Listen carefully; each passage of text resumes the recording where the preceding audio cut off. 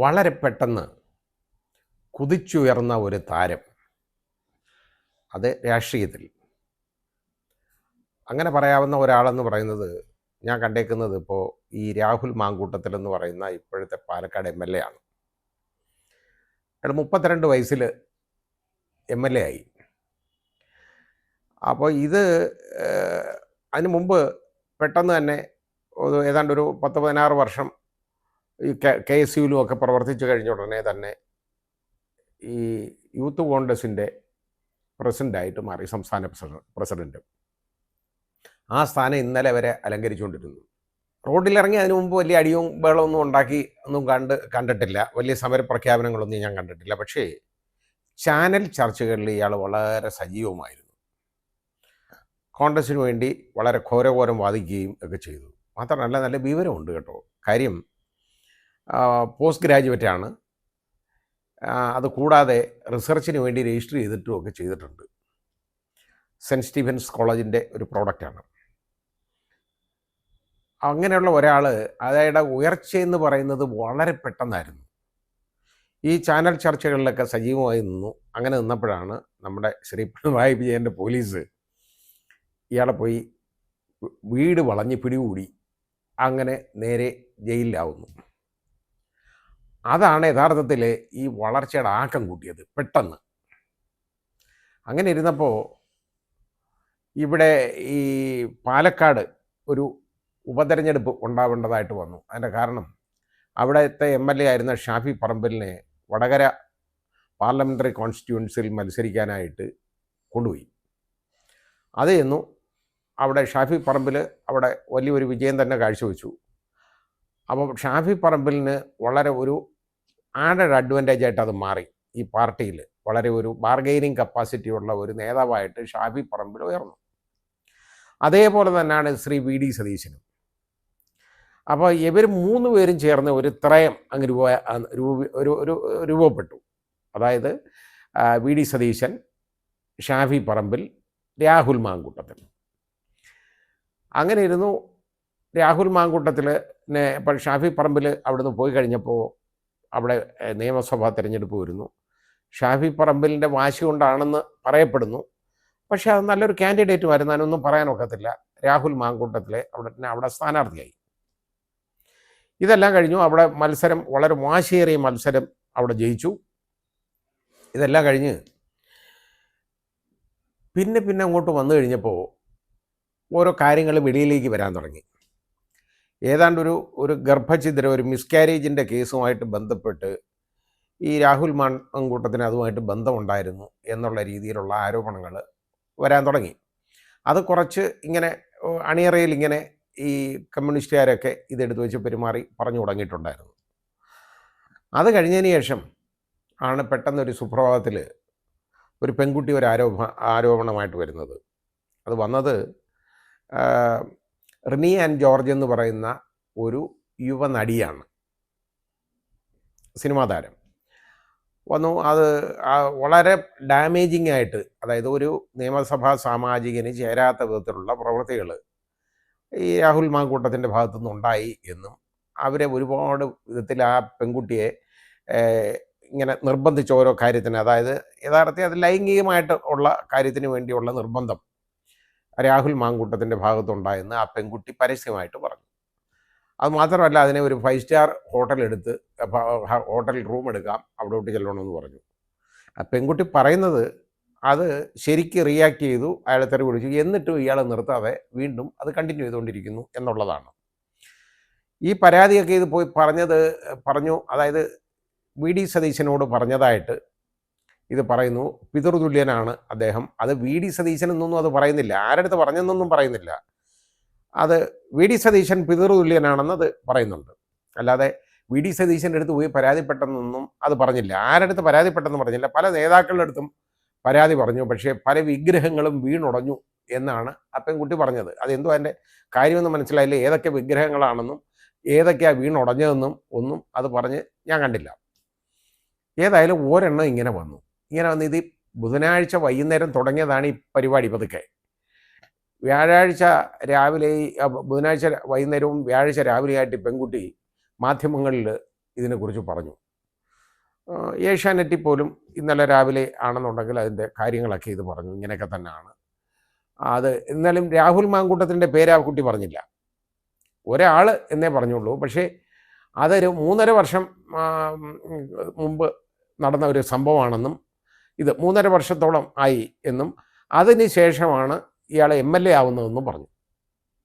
അപ്പോൾ 3.5 വർഷം കഴിഞ്ഞ് MLA ആയ, 3.5 വർഷത്തിനിപ്പുറം MLA ആയ ഒരു യുവ നേതാവെന്ന് പറയുന്നത് ആരാണ് എന്ന് അന്വേഷിച്ച് കഴിഞ്ഞാൽ പെട്ടെന്ന് നമ്മുടെ മുരളീധരൻ പറഞ്ഞ പോലാണത്. അതായത് 4 കാലുണ്ട്, 2 കൊമ്പുണ്ട്, ഒരു തുമ്പിക്കൈയുണ്ട് കേട്ടോ എന്ന് പറഞ്ഞാൽ അത് സിംഹവും കരടിയൊന്നും അല്ലല്ലോ, ആനയല്ലേ എന്ന് പറഞ്ഞതുപോലെ ഈ പെൺകുട്ടി പറഞ്ഞത് തൊട്ട് കാണിക്കുകയായിരുന്നു യഥാർത്ഥത്തിൽ. അത് രാഹുൽ മാങ്കൂട്ടത്തിലാണെന്ന് അതിലെത്തിച്ചേരാൻ ബുദ്ധിമുട്ടൊന്നും വരുന്ന ഒരു രീതി ആയിരുന്നില്ല. അപ്പോൾ അങ്ങനെ പറഞ്ഞു.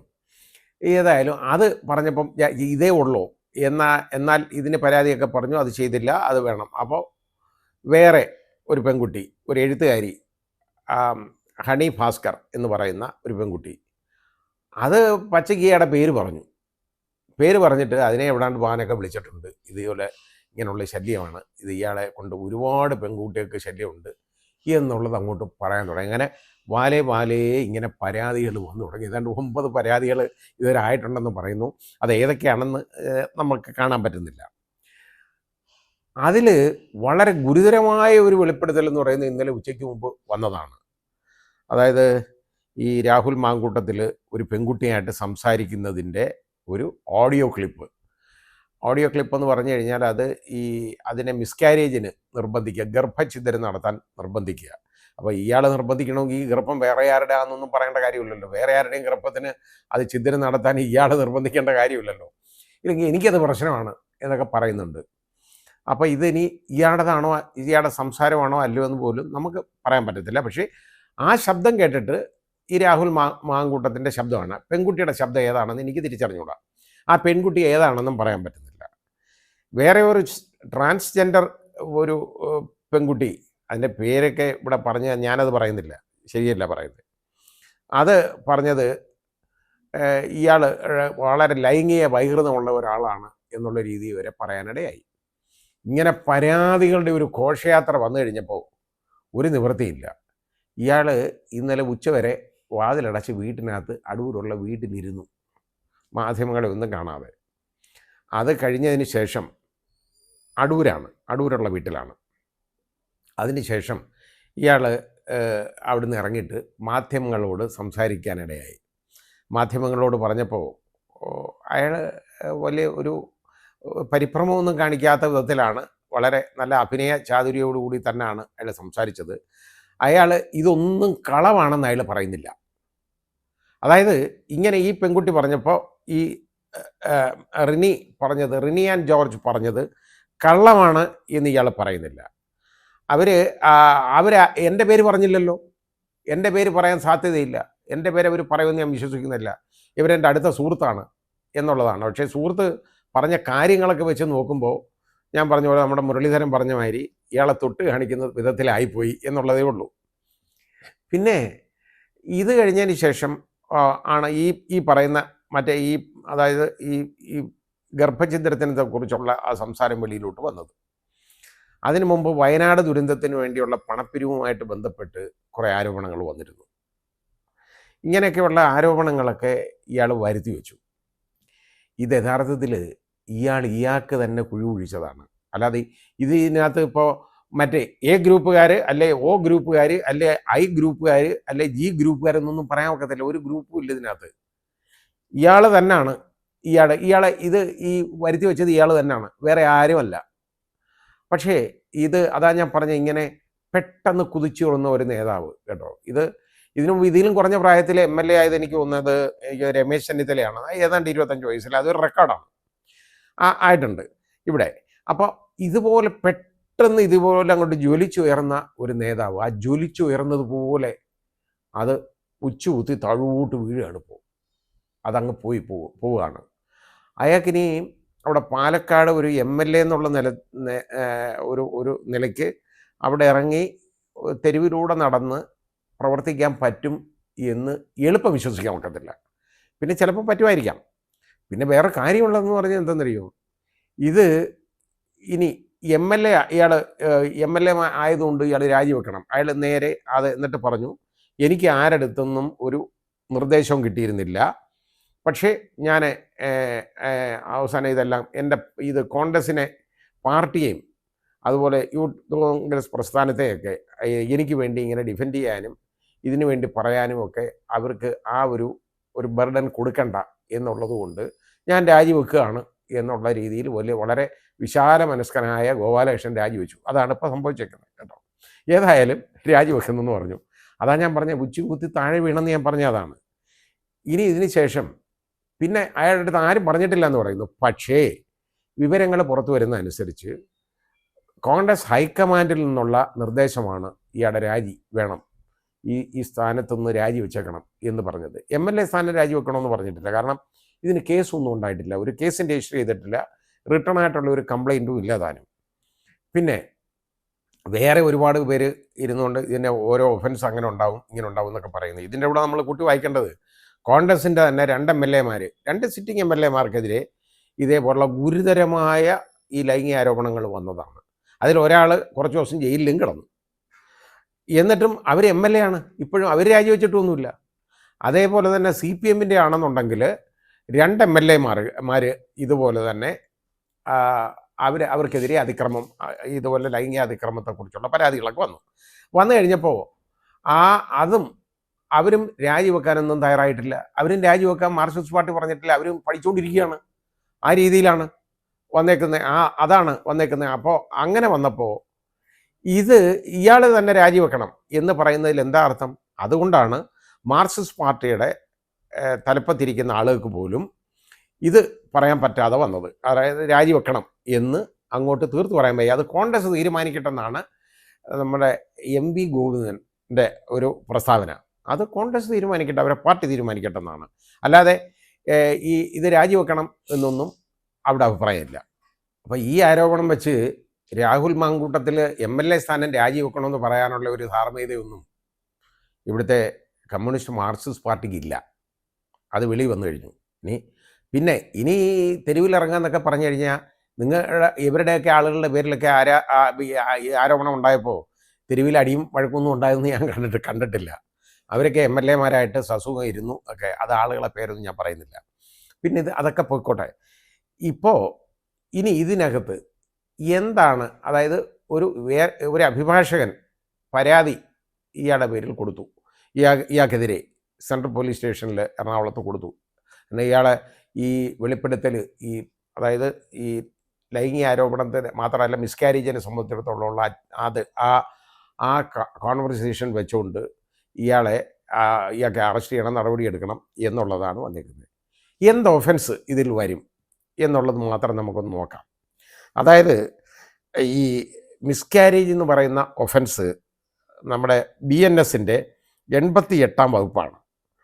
അതായത് whoever voluntarily causes a woman with child to miscarry, അതായത് അത് ആ പെൺകുട്ടി എന്നല്ല, ആരെങ്കിലും സ്വമേധയാ ഈ പെൺകുട്ടിയെ മിസ്കാരേജിന് നിർബന്ധിച്ച് മിസ്കാരേജ് നടത്തുകയാണെന്നുണ്ടെങ്കിൽ, അല്ലെ മിസ്കാരേജ് നടന്നിട്ടില്ലെങ്കിൽ, പിന്നെ അതായത് നടന്നിട്ടില്ലെങ്കിൽ പോലും child to miscarry shall if such miscarriage be not caused, അതായത് മിസ്കാരേജ് നടന്നിട്ടില്ലെന്നല്ല, മിസ്കാരേജ് നടന്നു കഴിഞ്ഞാൽ ആ മിസ്കാരേജ് ഒരു ഉത്തമ വിശ്വാസത്തോടു കൂടി, അതായത് ഈ കുട്ടിയുടെ ആ പെൺകുട്ടിയുടെ ജീവൻ രക്ഷിക്കാൻ വേണ്ടി ചെയ്തതാണ് അല്ല എന്ന് കണ്ടാൽ, മനസ്സിലായില്ല, അതായത് ഉത്തമവിശ്വാസത്തോടുകൂടി ആ പെൺകുട്ടിയുടെ ജീവൻ രക്ഷിക്കാൻ വേണ്ടിയാണെന്നുണ്ടെങ്കിൽ ഒഫൻസ് വരത്തില്ല. ഇല്ലെങ്കിൽ സെക്ഷൻ 88 അനുസരിച്ച് അത് ഒഫൻസാണ്. അതാണ് വന്നേക്കുന്നത്. അത് 3 വർഷം വരെ തടവും പിന്നെ അല്ലെ ഫൈനോ രണ്ടും കൂടെ ചേർത്തോ ആവാം.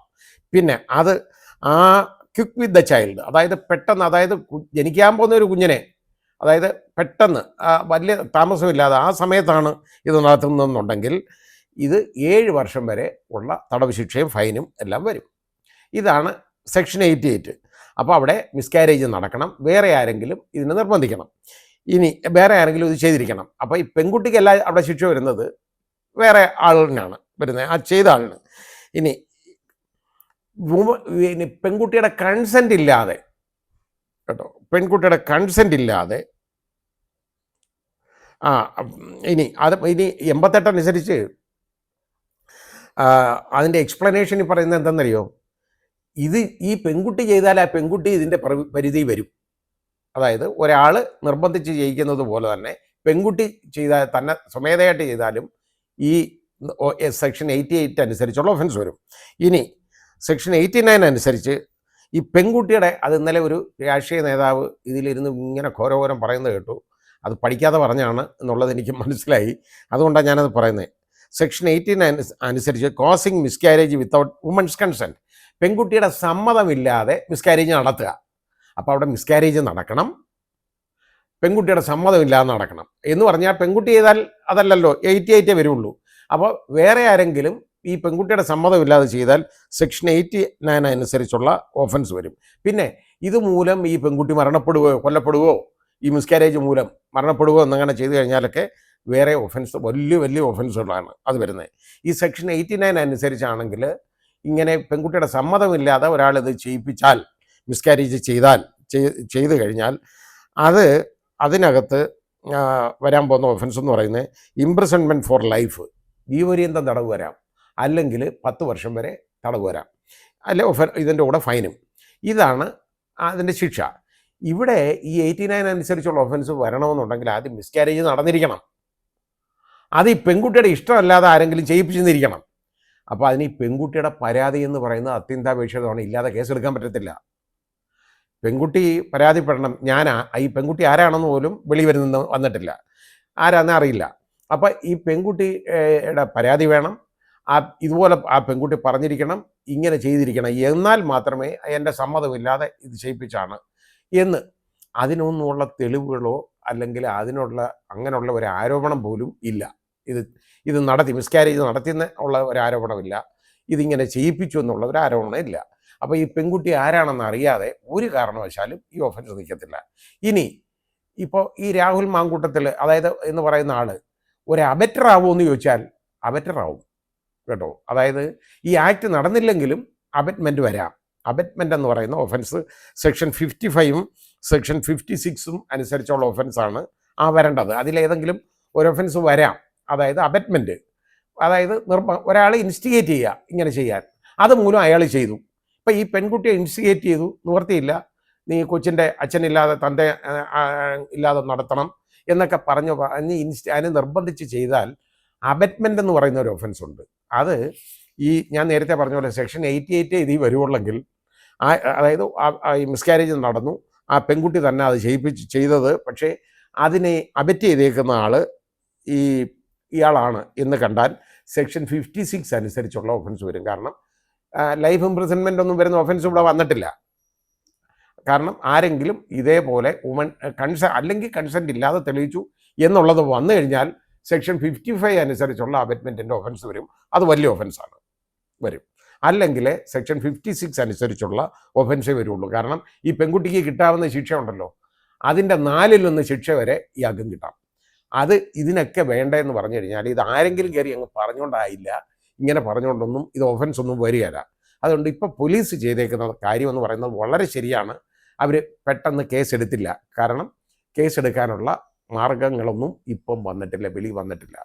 അതുകൊണ്ട് ഇത് ശരിയായിട്ട് അന്വേഷിക്കേണ്ട ഒരു കാര്യമാണ്. പിന്നെ ഞാൻ നേരത്തെ പറഞ്ഞ പോലെ സംശുദ്ധത എന്ന് പറയുന്നത് ഒരു രാഷ്ട്രീയ പ്രവർത്തകന് വേണ്ടതാണ്. അയാൾക്ക് ശാരീരികമായിട്ടും മാനസികമായിട്ടുള്ള സംശുദ്ധി ആവശ്യമാണ്. ജനങ്ങൾക്ക് ഒരു മാർഗനിർദ്ദേശം കൊടുക്കേണ്ട ആളാണ് എപ്പോഴും.